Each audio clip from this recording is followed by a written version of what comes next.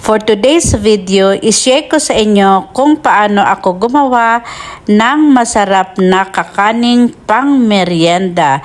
Alam nyo na kung ano ito. Gagamit lang tayo dito ng egg yolk.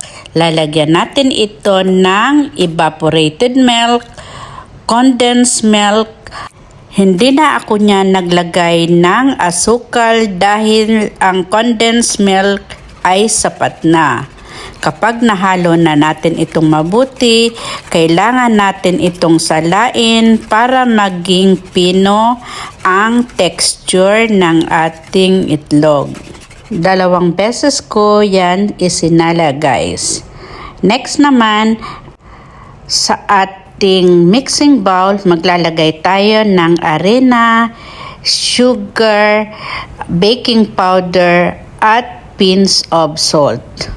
Haluin natin itong mabuti. Pagkatapos niyan, isusunod naman natin ang wet ingredients.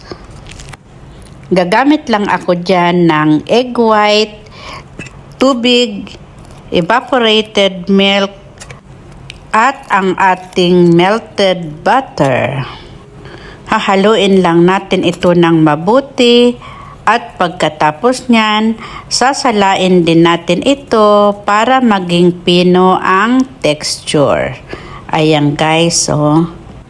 Dahil pareho na natin itong nasala, ngayon ready na itong ilagay sa molder. Brinas ko pala ang ating molder ng unsalted butter.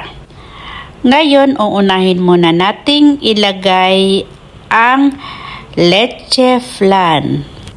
Kapag nalagyan na ang lahat, steam ito ng 15 minutes.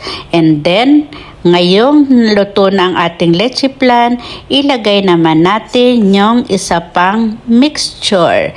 Ganon din ang procedure na gagawin.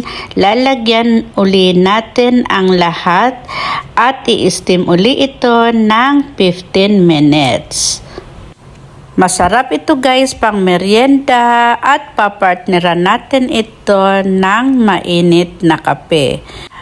Pwede rin natin itong pandagdag pag may handaan.